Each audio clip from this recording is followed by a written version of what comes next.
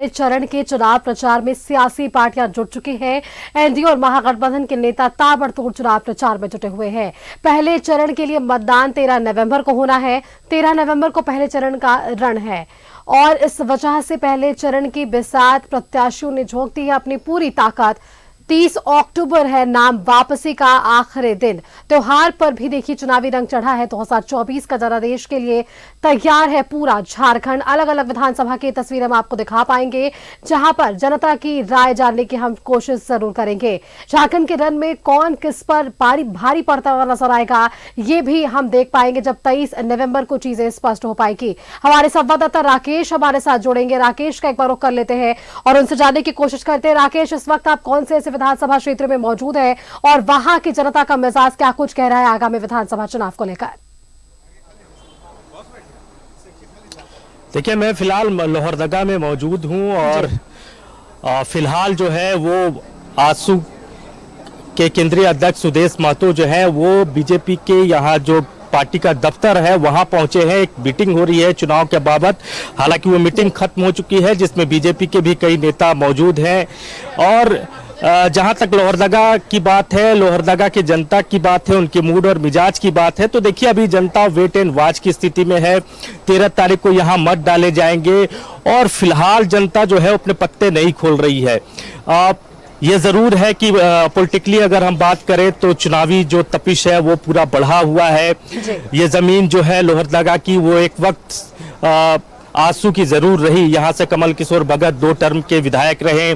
2009 में वो जीत के आए थे पहली बार और फिर 2014 में भी उनको सफलता मिली। दूसरी तरफ कांग्रेस भी लगातार यहाँ से जीतती रही है, कांग्रेस की भी ये जमीन रही है। तो लड़ाई जो है एक आप कह सकते हैं कि एक राष्ट्रीय पार्टी कांग्रेस बनाम क्षेत्रीय पार्टी आजसू के बीच में ही यहाँ लड़ाई है। और पिछली बार जो गठबंधन आजसू और बीजेपी का टूटा था तो उसके पीछे एक बड़ी वजह लोहरदगा की सीट ही रही थी। लेकिन इस बार की परिस्थितियां अलग है। इस बार एनडीए एकजुट है। आजसू जो है, देखिए सुदेश महतो निकल गए, हम उनसे जुड़ जाते हैं। दादा 2 मिनट। दादा, लोहरदगा की इस बार लड़ाई कैसे देख पा रहे हैं? पूरी मेहनत हो रही लोहरदगा में। विपक्ष के नेता के साथ जनता की लड़ाई होगी, क्योंकि जो वादा के साथ जो नेता आए थे इधर, जो रामेश्वर जी विधायक बने, मंत्री बने और जो कमिटमेंट उनका था लोहरदगा को लेकर, एक भी कमिटमेंट पूरा नहीं किया।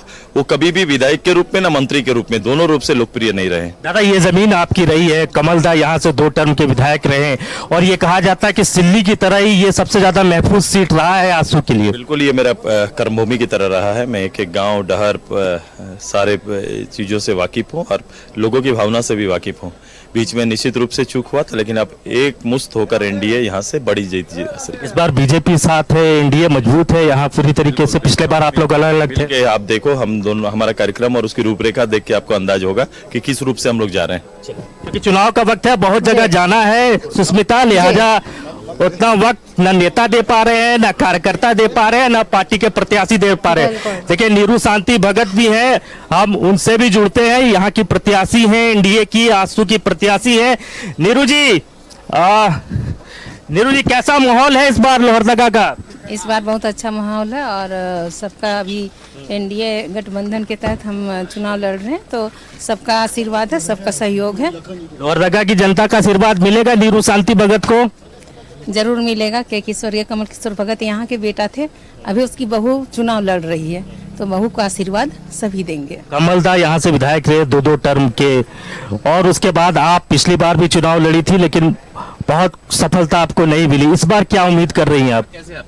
इस बार पूरा उम्मीद है, क्योंकि मैं आज से नहीं, जब से हम लोग के साथ हादसा हुआ, हादसा होने के बाद मैं स्वर्गीय कमल किशोर भगत के सपनों को पूरा करने के लिए दिन रात लगी हुई हूँ। शुक्रिया हमसे जुड़ने के लिए। चूंकि नेताओं का कार्यक्रम लगातार बैक टू बैक लगा हुआ है सुष्मिता, आप देख रहे होंगे नीरू शांति भगत से भी हमने आपको रूबरू कराया। आजसू प्रमुख सुदेश महतो उनके साथ थे। अभी यहाँ से कई दूसरे कार्यक्रम में ये लोग शिरकत करेंगे। तो जहां तक समीकरण की बात है लोहरदगा की, तो देखिए बड़ा दिलचस्प मुकाबला यहां रहा है और ये जमीन आजसू की भी रही है और कांग्रेस की भी रही है।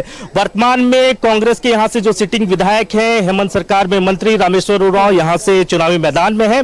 2019 में वो चुनाव जीत कर आए थे, लोहरदगा ने उनको बहुत कुछ दिया। 2004 में वो यहाँ से सांसद भी रहे, केंद्र में मंत्री भी रहे और हेमंत सरकार में भी मंत्री रहे, 2019 में यहाँ से विधायक चुनकर आए हैं और एक बार फिर चुनावी लड़ाई में जो है वो रामेश्वर उरांव सामने हैं।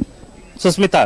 बिल्कुल राकेश, आपने देखिए आज सुप्रीमो सुदेश महतो से भी बात कर ली, नीरू शांति भगत से भी आपने बात कर ली कि इनका प्रयास क्या कुछ रहा है, लगातार जनता के बीच रही है, पिछले बार भी चुनाव में थी, लेकिन इस बार की समीकरण क्या कहती है राकेश? क्योंकि देखिए 2019 के चुनाव में आजसू और बीजेपी अलग अलग थे, लेकिन इस बार वो मजबूती शायद यहां पर मिलती हुई क्या नजर आ पाएगी?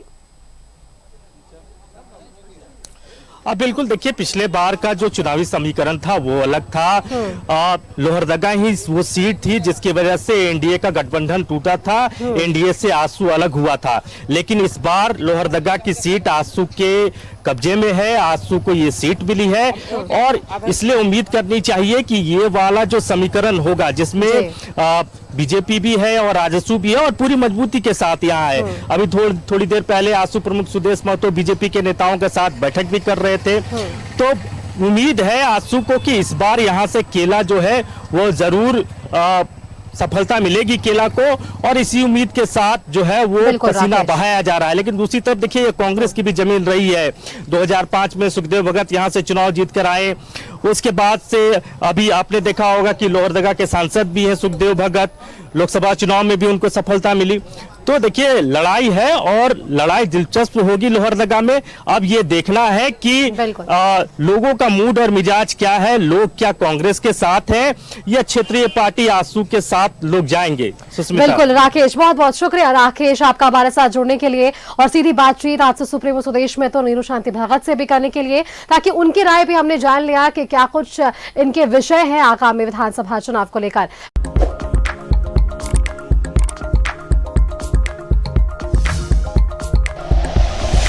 Like and share videos, subscribe करें हमारा चैनल और प्रेस करें बेल आइकॉन। न्यूज़ 11 भारत, सच है तो दिखेगा।